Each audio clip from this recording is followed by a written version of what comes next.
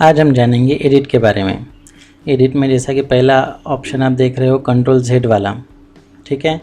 तो control Z मतलब आप एक स्टेप आगे एक स्टेप पीछे आ सकते हो। फॉर एग्जांपल मैंने अभी यहाँ पे लासो टूल सिलेक्ट करके मैंने इसको डिलीट कर दिया, इतने पार्ट को कंट्रोल डिलीट। और मुझे अगर फिर से ये चीज़ रिवाइंड करनी है तो सिंपली मैं कंट्रोल Z प्रेस करूँगा तो ये आ जाएगा। अगर आपको मैक्सिमम स्टेप पीछे और आगे आना है तो आपको उसके नीचे वाला जो ऑप्शन है step forward means control shift Z और step backward control alter Z, इन दोनों का यूज़ करना है। फॉर एग्जांपल मैं इसमें अभी बहुत सारा कुछ भी काम कर रहा हूँ, थोड़ा बहुत, ठीक है। मैंने इस तरह से सिलेक्शन ले लेके ये सब चीज़ें डिलीट कर दी है। फिर मुझे अभी इतनी सारी चीज़ें बैक जाना है तो मैं कंट्रोल अल्टर Z तीनों चीज़ें प्रेस करता रहूँगा। कंट्रोल अल्टर प्रेस करके रखना है और Z प्रेस करके छोड़ना है, ठीक है। तो इस तरह से देखिए पूरी चीज़ें मैं एकदम रिवाइंड हो गया हूँ।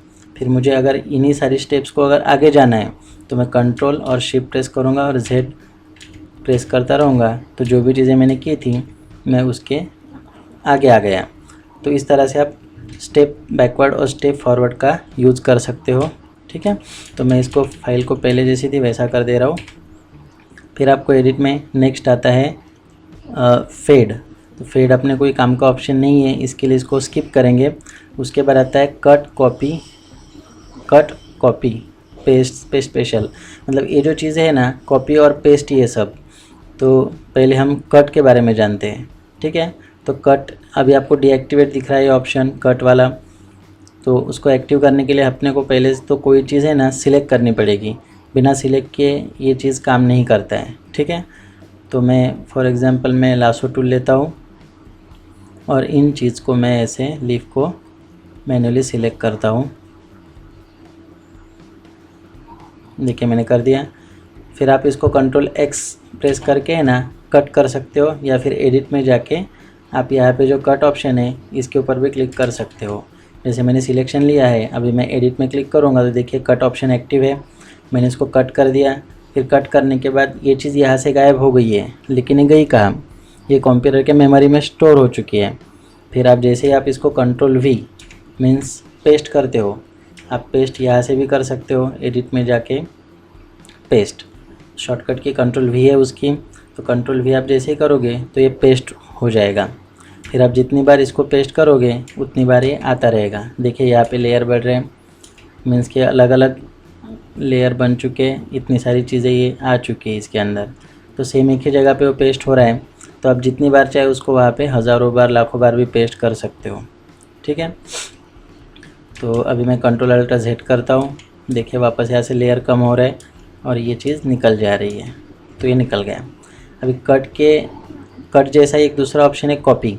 अभी कॉपी में क्या होता है कि जो चीज़ जहाँ है वो तो वही रहेगी, सिर्फ उसकी एक कॉपी निकलेगी। मीन्स मैंने कॉपी कर दिया अभी, फिर मैं यहाँ पे पेस्ट करता हूँ कंट्रोल V, तो देखिए जो पत्ती यहाँ पे थी उसी जगह पे दूसरी पत्ती आ चुकी है। मैं मूव टूल करके है ना इसको कंट्रोल प्रेस करके साइड में करके आपको दिखा रहा हूँ कि नीचे भी एक पत्ती है और वही एक दूसरी पत्ती इसके ऊपर आ चुकी है न्यू लेयर में। मतलब आप इस तरह से कॉपी और पेस्ट का यूज़ कर सकते हो। एडिट में नेक्स्ट ऑप्शन आता है पेस्ट स्पेशल। तो ये देखिए मैंने पेस्ट स्पेशल किया तो वही चीज़ है, मतलब कॉपी और पेस्ट ही होता है, इसमें दूसरा कुछ नहीं होता है। उसके आगे बढ़ते हैं। पहले आगे बढ़ने से पहले फाइल में जो भी हमने अभी काम किया है उसको मैं कंट्रोल अल्टर Z करके पहले जैसा कर देता हूँ। ये हो गई अपनी एक्चुअल पहले जैसी फाइल। फिर एडिट में नेक्स्ट ऑप्शन आता है क्लियर। तो क्लियर का भी ऑप्शन काम नहीं कर रहा है अभी फ़िलहाल, इसके लिए भी शायद हमको सिलेक्शन लेना पड़ेगा। सिलेक्शन लेके देखते हैं क्लियर का ऑप्शन क्या काम करता है। तो मैं क्लियर करूँगा तो पूरा डिलीट हो जा रहा है, मीन्स पूरी फाइल आपकी साफ़ हो जाएगी, वाइट बन जाएगी। कंट्रोल आप सिलेक्ट ऑल करके डिलीट का बटन दबाओगे तो भी यही काम होगा जो क्लियर से हो रहा है। फॉर एग्जांपल मैंने अभी कंट्रोल A किया मीन्स सिलेक्ट ऑल हो गया पूरा, फिर कंट्रोल डिलीट किया मैंने तो ये पूरी फाइल डिलीट हो गई है, साफ़ हो गई है। यही चीज़ अगर हम इस तरह से नहीं करते हुए एडिट में जाके क्लियर पे क्लिक करेंगे सिलेक्ट ऑल करके, तो भी ये चीज़ क्लियर हो जाएगी। एडिट में क्लियर। ठीक है, इस तरह से ये काम करता है। एक छोटा सा सिलेक्शन करके देखते हैं, इसमें भी शायद क्लियर हो जाए। क्लियर करेंगे तो देखिए यहाँ से डिलीट हो गया। मीन्स बेसिकली ये वो डिलीट करने का ही काम करता है। तो जो ऑप्शन अपन बाहर से कीबोर्ड से भी कर सकते हो ऑपरेट, या फिर एडिट में क्लिक करके भी आप इसको कर सकते हो। ठीक है, फिर एडिट में चेक स्पेलिंग्स और फाइंड एंड रिप्लेस टेक्स्ट, जैसा वर्ड में होता है वैसा इसमें भी अगर कोई टेक्स्ट आपको रिप्लेस करना है या फिर चेंज करना है, फाइंड करना है कोई पर्टिकुलर वर्ड, तो ये टेक्स्ट के साथ में काम आता है। तो इनको भी हम अभी स्किप कर देंगे। फिर नेक्स्ट आता है फील। ठीक है, अभी फील क्या है? फील एक इस तरह का ऑप्शन है कि आप कोई भी चीज़ में कोई पैटर्न या फिर फोरग्राउंड कलर या फिर बैकग्राउंड कलर आप फील कर सकते हो। देखिए इतनी सारी चीज़ें हैं, इतनी सारी चीज़ों में से आप जो भी सिलेक्ट करोगे वो यहाँ पे फील हो जाएगा। अभी इसको प्रैक्टिकली करके देखते हैं। मैं अभी एक न्यू फाइल ले लेता हूँ जिसको मैं 10 इंचेस बाय 10 इंचेस में ले रहा हूँ अभी, 150 रिजोल्यूशन। ठीक है, ओके कर दिया, ये अपनी फ़ाइल आ गई। फिर अपन इसको फिल करके देखते हैं। उसकी शॉर्टकट की है शिफ्ट बैक स्पेस। अगर आपको यहाँ से शॉर्टकट की से नहीं करना है कीबोर्ड पे से, तो आप एडिट में जाके ये जो फिल वाला ऑप्शन है उसके ऊपर आप क्लिक कर सकते हो, तो वो अपने आप को फिल का ऑप्शन इस तरह से दिखाई देगा। फिर यहाँ पे आपको पैटर्न का ऑप्शन फर्स्ट है, तो यहाँ पे जो भी पैटर्न आपके पास रेडी हो गए आप इनको सिलेक्ट करके ओके करोगे तो इस तरह से पूरे पैटर्न फिल हो जाएगा पूरी फाइल में। फिर से एक बार नया पैटर्न करके देखते हैं। देखिए इस तरह से पूरा फिल हो रहा है ना पैटर्न। यहाँ पे जो भी पैटर्न, पहले हमको पैटर्न डिफ़ाइन करना पड़ेगा, फिर वो यहाँ पे आता है। डिफ़ाइन का भी ऑप्शन नीचे है, वो भी हम अभी देखेंगे थोड़ी देर में। तो इस तरह से आप यहाँ पे कोई भी चीज़ फिल कर सकते हो शिफ्ट बैकस्पेस प्रेस करके। यहाँ पे मोड जो है नॉर्मल, रिसॉल्व, जैसे हम लोग यहाँ पे टूल्स, जो भी सिलेक्शन टूल्स थे उनके साथ जो ऑप्शंस आते थे वही सेम इधर भी आते हैं। इन सब का ऑप्शन कर करके आप अलग अलग इफ़ेक्ट में वो चीज़ें फिल कर सकते हो। यहाँ से ओपेसिटी, अभी फिल करने की इंटेंसिटी कितनी हो आपकी वो यहाँ पे डिपेंड करता है ओपेसिटी पे। इसको प्रैक्टिकली करके देखते हैं। मैं अभी इसको पूरा साफ़ कर देता हूँ, कंट्रोल डिलीट। फिर हम इसके अंदर है ना शिफ्ट बैक स्पेस करके यहाँ पे हम पैटर्न सिलेक्ट करेंगे और ओपेसिटी में हम करेंगे ओनली 10। तो आप देख रहे हो कितना हल्का हल्का दिख रहा है पैटर्न। मीन्स ज़रा भी इंटेंस नहीं है, एकदम सोबर पैटर्न है, फील हो गया है। तो हमको जितनी इंटेंसिटी चाहिए पैटर्न की वो यहाँ से हम डिसाइड कर सकते हैं। जैसे यहाँ पे अगर मैं 100 करूँगा तो एकदम रियल पर्टिकुलर जैसा है पैटर्न वैसा आपको दिखेगा। एडिट में आने के बाद नेक्स्ट ऑप्शन जो हम देखते हैं वो है स्ट्रोक। स्ट्रोक मतलब क्या है कि आपको, अगर आपने इस तरह का कोई सिलेक्शन लिया है, चाहे वो किसी भी टूल से हो, और सिलेक्शन को ही आपको अगर पेंसिल जैसी आउटलाइन में कन्वर्ट करना है तो उसके लिए हम स्ट्रोक का यूज़ करते हैं। जैसे कि मैंने अभी यहाँ पे सिलेक्शन लिया है, अब हम स्ट्रोक पे क्लिक करेंगे। यहाँ पे मैं पिक्सल सिलेक्ट कर लेता हूँ, समझ लीजिए 10, और मुझे इनसाइड चाहिए तो मैं ओके करूँगा तो इस तरह से स्ट्रोक आ जाएगा, आउटलाइन जैसा सिलेक्शन के इनसाइड आ जाएगा। तो जैसा कि आप देख रहे हो हम सिलेक्शन को इस तरह से आउटलाइन में कन्वर्ट कर सकते हैं स्ट्रोक की मदद से। मैं यहाँ पे दूसरा अभी एक मर्की टूल लेके देखता हूँ, फिर इसको भी हम स्ट्रोक करेंगे।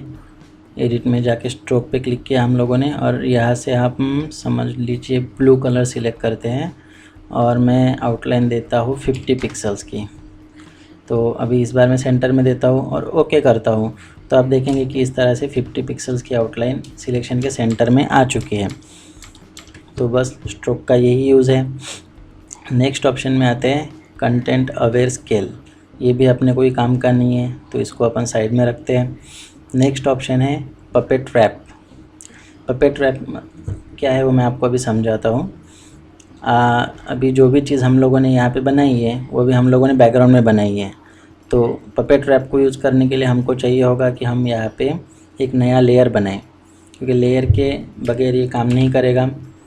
तो इस तरह से हमने एक न्यू लेयर लिया है ब्लैंक। फिर हम यहाँ पे लेते हैं एक रेक्टेंगुलर मर्की टूल इस तरह से, और उसके अंदर एक कलर फिल कर देते हैं। कलर फिल करने के बाद अब हम एडिट में जाएंगे और यहाँ पे जो पपेट रैप का ऑप्शन है इसके ऊपर क्लिक करेंगे।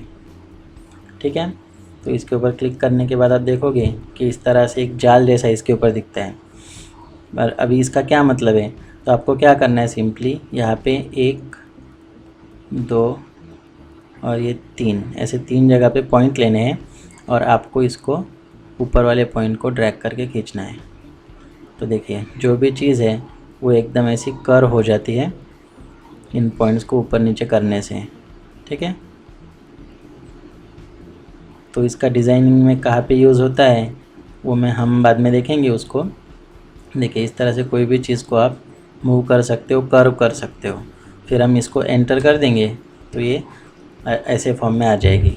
तो ये पपेट रैप टूल का यूज़ है। नेक्स्ट टूल पे जाते हैं, फ्री ट्रांसफॉर्म टूल। अभी फ्री ट्रांसफॉर्म इसकी शॉर्टकट की है कंट्रोल टी। कंट्रोल टी आप कीबोर्ड पे से कंट्रोल टी अगर आप कीबोर्ड पे से भी कंट्रोल टी प्रेस करते हैं तो इस तरह का बॉक्स आ जाता है। तो ये बॉक्स आने के बाद आप कोई भी ऑब्जेक्ट को छोटा या बड़ा कर सकते हो, ठीक है। इस तरह से कोई भी एंगल में आप इसको बड़ा छोटा कर सकते हो। अगर हमको चाहिए कि ये अपना शेप नहीं बदले, जैसे मैं इसको मैन्युअली कर रहा हूँ, अभी मैंने कीबोर्ड पे से कोई भी बटन प्रेस करके नहीं रखा है, तो ये क्या हो रहा है, अपना जो एक्चुअल शेप है वो उसका बिगड़ जा रहा है। तो हमें चाहिए कि ये अपना शेप भी नहीं बिगाड़े और मतलब छोटा भी हो जाए। तो हमको सिंपली यहाँ पे शिफ्ट प्रेस कर देना है, फिर आप इसको छोटा करोगे तो उसका शेप वैसा ही दिखेगा बट साइज़ में ये बड़ा छोटा हो जाएगा। आपको समझ लो छोटा चाहिए तो आपको इसको छोटा करके एंटर कर देना है तो ये वैसा बन जाएगा। फिर कंट्रोल टी में अगर आपको इसको लेफ़्ट या राइट साइड से बड़ा छोटा करना है तो लेफ़्ट या राइट साइड से कर सकते हो आप। ऊपर या नीचे से करना है तो ये हर एक पॉइंट पे आप क्लिक करके उसको जैसा चाहिए वैसा कर सकते हो। फिर नेक्स्ट जो आता है इसका कि अगर आपको इसको रोटेट करना है मैन्युअली तो आप इसको बाहर से ऐसे क्लिक करके आप घुमाओगे तो उसी तरह से ये रोटेट हो जाएगा, ठीक है। इस तरह से आप कोई भी सिलेक्टेड चीज़ को रोटेट कर सकते हो फ्री हैंड से। फिर इसके जो ऑप्शंस हैं यहाँ पे आप पर्टिकुलर मेजरमेंट डाल के भी उसको रोटेट बड़ा छोटा इस तरह से कर सकते हो। फॉर एग्ज़ाम्पल यहाँ पे मैं अगर 90 डिग्री डालता हूँ 90 डिग्री, तो देखिए 90 डिग्री में पूरा रोटेट हो चुका है। अगर मैं यहाँ पे हाइट में कुछ बड़ा कर देता हूँ, उससे 10 डाल देता हूँ, तो देखिए ये 10 डिग्री ऐसा हाइट में रोटेट हुआ है। वर्टिकल अगर करूँ, सॉरी हॉरिजेंटल में 10 डिग्री रोटेट हुआ है। अगर मैं वर्टिकल में करूँ तो वर्टिकल में 50 अगर करूँ तो ये 50 डिग्री ऐसा रोटेट हो चुका है, ठीक है।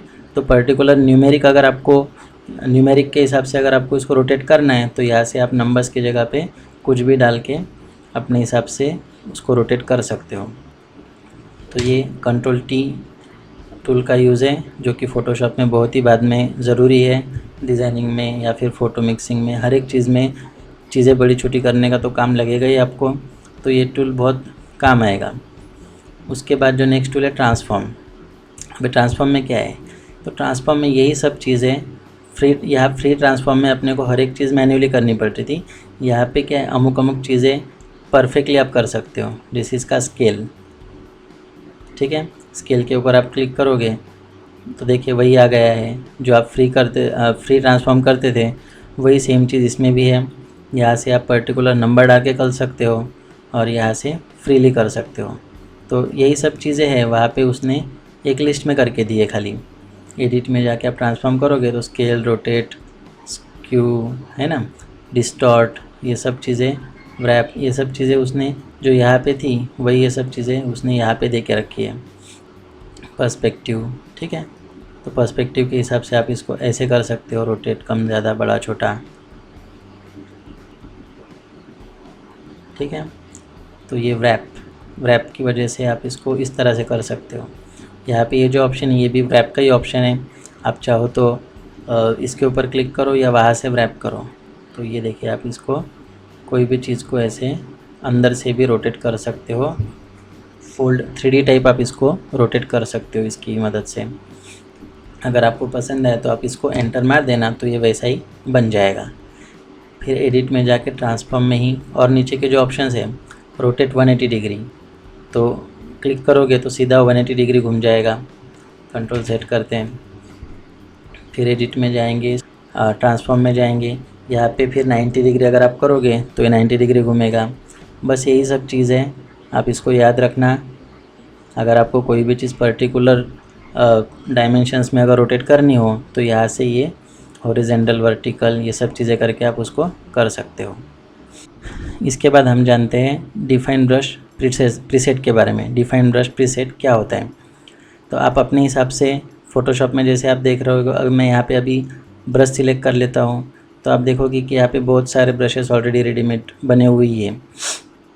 तो अगर आपको कोई ब्रश आपके खुद के हिसाब से अगर आपको यहाँ पे बनाना है तो आप ये एडिट में जो ऑप्शन दिया हुआ है डिफाइन ब्रश प्रीसेट, इसकी मदद से आप बना सकते हो। तो कैसे बनाना है वो मैं आपको एक बार प्रैक्टिकली करके दिखा देता हूँ। जैसे मैंने पेन टूल लिया, ठीक है। पेन टूल लेने के बाद में मैं इस पेन टूल की मदद से एक मैंने ऐसा शेप ड्रॉ कर लिया। ओके, ड्रॉ करने के बाद हम इसमें कलर फिल करेंगे। कलर फिल करने के लिए हम क्या करते हैं, राइट क्लिक करते हैं और फिल पाथ कर देते हैं, ठीक है, फोरग्राउंड कलर। ओके, तो कलर आ चुका है और मैं पाथ जो भी यहाँ पे अभी पेन टूल का जो वर्क है जिसको पाथ अपन बोलते हैं उसको मैं इसको डिलीट कर देता हूँ। देखिए अब इस तरह का एक ऑब्जेक्ट मैंने बनाया है। यहाँ पे ऑब्जेक्ट बनाने के बाद मैं अभी क्या करूँगा, मैजिक वॉन्ड टूल लेके इसको सिलेक्ट करूँगा और फिर एडिट में जाके इसको करेंगे डिफाइन ब्रश प्रीसेट। तो आप देख रहे हो यहाँ पे एक न्यू ब्रश बन रहा है, सैम्पल ब्रश 1 करके 201 नंबर का। इसको ओके कर देंगे। फिर ये जो सिलेक्शन है इसको निकाल देते हैं और ब्रश में जाके देखते हैं कि किस तरह का ब्रश हमारा बना है। तो मैं ब्रश में गया, यहाँ पे मैंने देखा 201 नंबर का जो है, देखिए हमारा ब्रश बन के रेडी है। फिर आप इससे जो भी ड्रॉ करोगे तो इस तरह से दिखेगा। तो इस तरह से आप किसी भी अपने हिसाब से कोई भी शेप का ब्रश बना सकते हो। सिलेक्ट करके डिलीट कर देते हैं पूरा, ठीक है। हम और अभी एक ब्रश बना के देखते हैं। जैसे बांधनी की साड़ी आपने कहीं देखी होगी, या बांधनी की ओढ़नी वगैरह बनती है, उसके ऊपर बांधनी की डिज़ाइन होती है, उसको कैसे बनाते मैं आपको दिखाता हूँ। तो मैंने इतना एक सिलेक्शन ले लिया मर्की टूल से। हम लोग इसमें कलर फिल कर देंगे, फिर इसको कंट्रोल डी कर देंगे और फिर दूसरा एक और छोटा सा मर्की टूल लेके, राउंड वाला मर्की टूल लेके बीच में इस तरह से राउंड कर देंगे और इसको कर देंगे डिलीट, ठीक है। ये सिलेक्शन निकाल दिया।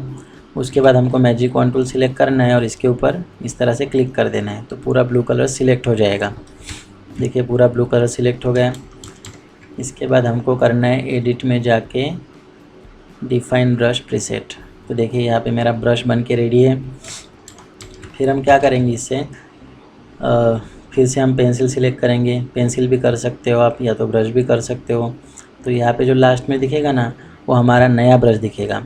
फिर आप इससे देखिए इस तरह से ड्रॉ कर सकते हो।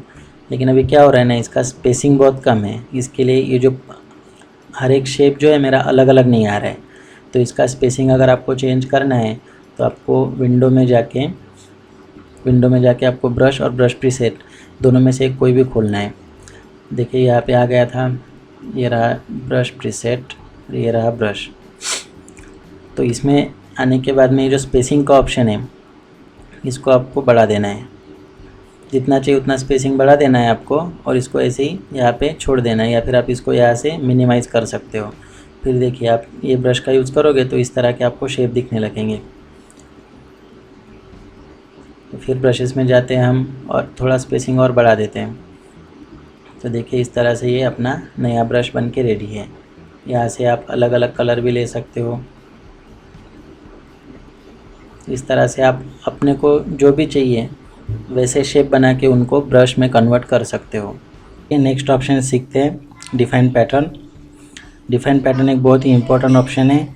आपको बहुत ही डिज़ाइनिंग में बहुत ज़रूरी चीज़ है डिफाइन पैटर्न सीखना और उसको फील करना। तो शुरुआत करते हैं। डिफाइन पैटर्न दो तरीके से आप कर सकते हो, या तो आप पूरी फाइल को कर सकते हो या कोई छोटे से सिलेक्टेड पोर्शन को कर सकते हो। तो जैसे कि मैंने यहाँ पे देखिए एक सिंगल ऑब्जेक्ट ले लिया है और मैं इसको मर्की टूल से सिलेक्शन ले लेता हूँ। अभी देखिए इसमें राउंड वाला मर्क्यू काम नहीं आता है। पैटर्न बनाने के लिए आपको हमेशा रेक्टेंगुलर मर्क्यू ही यूज़ करना पड़ेगा। तो इसके लिए हम इसको इस तरह से सिलेक्ट करते हैं। सिलेक्ट करने के बाद हम एडिट में जाएंगे और इसको करेंगे डिफाइन पैटर्न। ओके, फिर अभी हमको क्या करना है, सिलेक्ट ऑल करना है। समझ लीजिए ये पैटर्न मुझे इसी फाइल में फिल करना है। आप चाहो तो दूसरी अलग फाइल में भी फिल कर सकते हो, नई फाइल लेके भी फिल कर सकते हो। तो पहले इसी फाइल में हम फिल करके देखते हैं। तो अपना डिफाइन पैटर्न हो गया है, फिर हम करेंगे शिफ्ट बैकस्पेस।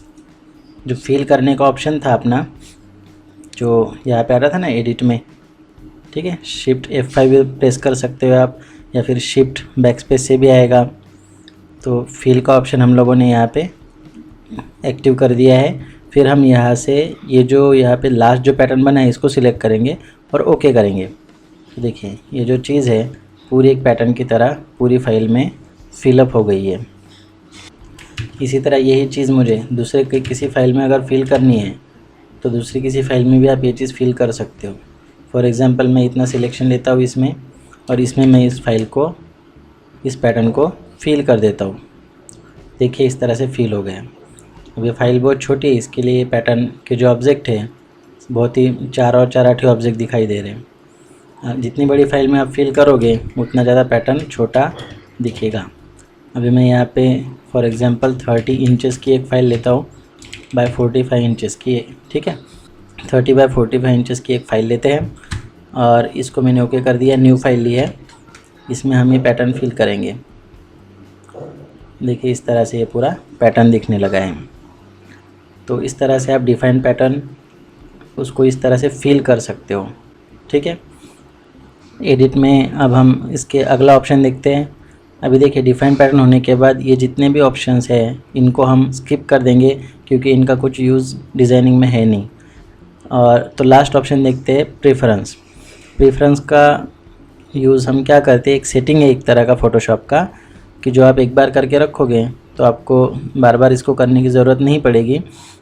तो इसमें देखिए जनरल में तो आपको कुछ करना है नहीं, फिर इंटरफेस में भी आपको कुछ नहीं करना है, जो है जैसा है वैसा ही आप रख सकते हो। स्क्रीन मोड है, यहाँ पे ग्रे, ब्लैक, कस्टम, इस तरह का अलग अलग कलर का आप दे सकते हो। तो यहाँ का जो कलर है वो चेंज हो जाएगा। यहाँ पे आप ब्लैक करोगे तो ये ब्लैक कलर में दिखेगा, ग्रे करोगे तो ग्रे कलर में। तो जो भी चीज़ें हैं मतलब परफेक्टली रहती है फ़ोटोशॉप की पहले से, तो उसमें ये सब करने की कुछ ज़रूरत है नहीं, ठीक है। फाइल हैंडलिंग में भी कुछ अपने को करना नहीं है। परफॉर्मेंस में हमको एक चीज़ करनी है खाली, यहाँ पे आप जो भी ड्राइव सिलेक्ट करो ना तो वो मैक्सिमम जिसमें जगह खाली हो ना वो वाला ड्राइव यहाँ पे सिलेक्ट करना हमेशा। और हिस्ट्री स्टेटस में यहाँ पे आपको करना है 1000। मीन्स कि आप कोई भी फाइल में अगर कुछ काम करते हो तो 1000 स्टेप आप पीछे Ctrl+Alt+Z मार के 1000 स्टेप आप पीछे जा सकते हो। तो ये एक बहुत ही इंपॉर्टेंट ऑप्शन है। और दूसरा ये, अगर आप इसमें मैक्सिमम से स्पेस वाली अगर आप ड्राइव सिलेक्ट रखते हो तो आपके कंप्यूटर में कभी स्क्रैच डिस्क फुल का जो एरर मैसेज आता है वो कभी नहीं आएगा। तो आपको ये 2 चीज़ें करनी है। फिर कर्सर्स ये हो गया, फिर यहाँ पे भी नॉर्मल ब्रश टिप जो है स्टैंडर्ड, यही सब सेटिंग रखनी है। ट्रांसपेरेंसी इसमें भी आपको कुछ चेंज नहीं करना है। ट्रांसपेरेंसी एंड गाउंट पे यूनिट्स एंड रूलर्स, इसमें भी आपको कुछ छेड़ना नहीं है। जो भी चीज़ें हैं जैसी भी है वो आपको वैसे रहने देनी है। अलग अलग कलर्स के अलग अलग ऑप्शन आते हैं, जैसे आप गाइडलाइंस वगैरह लेते हो यहाँ से रूलर में से। गाइडलाइन में मैं आपको लेके बताऊंगा। चलो मैं आपको पहले प्रैक्टिकली गाइडलाइन लेके बताता हूँ। आप Ctrl+R प्रेस करना है आपको तो रूलर एक्टिव हो जाती है, ठीक है। फिर यहाँ से जो गाइडलाइन मैंने ली है रूलर पे क्लिक करके आप खड़ी और आड़ी, हॉरिजेंटल और वर्टिकल, ऐसी दोनों गाइडलाइंस आप ले सकते हो। तो ये जो गाइडलाइंस है इनका अगर आपको कलर चेंज करना है तो ये प्रेफरेंस में जनरल में जो हम यहाँ गए थे ना, यहाँ वो ऑप्शन है ये, ठीक है। यहाँ से आपको जो चाहिए उस कलर के गाइडलाइन आप ले सकते हो। फिर कस्टम का भी ऑप्शन आता है, लेकिन मैं रिकमेंड करूँगा कि आप ये सब चीज़ों को मत छेड़िए, जो जैसा है वैसा ही रखिए, ठीक है। आपको खाली 2 ही चीज़ों को इसमें चेंज करना है। एक तो जैसा कि मैंने बताया आपको, एक तो परफॉर्मेंस में जाके आपको यहाँ पे जो मैक्सिमम कैपेसिटी जिसमें ब्लैंक है वो ड्राइव आपको सिलेक्ट करनी है, और यहाँ पे आपको हिस्ट्री स्टेटस मैक्सिमम यानी 1000 तक रखना है बस। इस तरह से आपको एडिट में ये सब चीज़ें आपको देखने को मिलती है। इसी के साथ अपना एडिट मेनू कंप्लीट हो गया है। इसमें मैं आपको जो भी सिखा रहा हूँ ये मतलब ये चीज़ है कि भाई ये आप यहाँ पे क्लिक करोगे, ये ऑप्शन यूज़ करोगे तो उससे वैसा होगा। प्रैक्टिकल डिज़ाइनिंग जब हम करेंगे उस टाइम में आपको कंटिन्यूसली मतलब किन किन चीज़ों की ज़रूरत पड़ती है, और जैसे जैसे आप प्रैक्टिस करोगे वैसे वैसे वो चीज़ें आपको याद भी रहने लगेगी, और आपके डिज़ाइन में वो सब चीज़ें इम्प्लीमेंट करना भी आपको बहुत इजी हो जाएगा। तो अभी मैंने जितना भी आपको भी बताया एडिट में जो चीज़ें हैं जो आपको कंटिन्यूस यूज़ में लाने वाली है, जो मोस्ट इम्पॉर्टेंट है वो तो कॉपी पेस्ट, Ctrl+C और Ctrl+V है।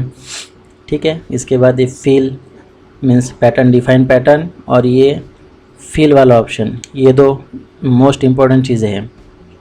इसके बाद प्रोफाइल वगैरह क्या है ये सब, ये हम जब और नेक्स्ट एडवांस लेवल पे जाएंगे तब समझेंगे, क्योंकि ये डिजिटल प्रिंटिंग के टाइम यूज़ होने वाली चीज़ है प्रोफाइलिंग वगैरह, तो ये बाद में हम लोग समझेंगे। ठीक है, तो वेट कीजिए नेक्स्ट वीडियो का, तब तक के लिए गुड बाय।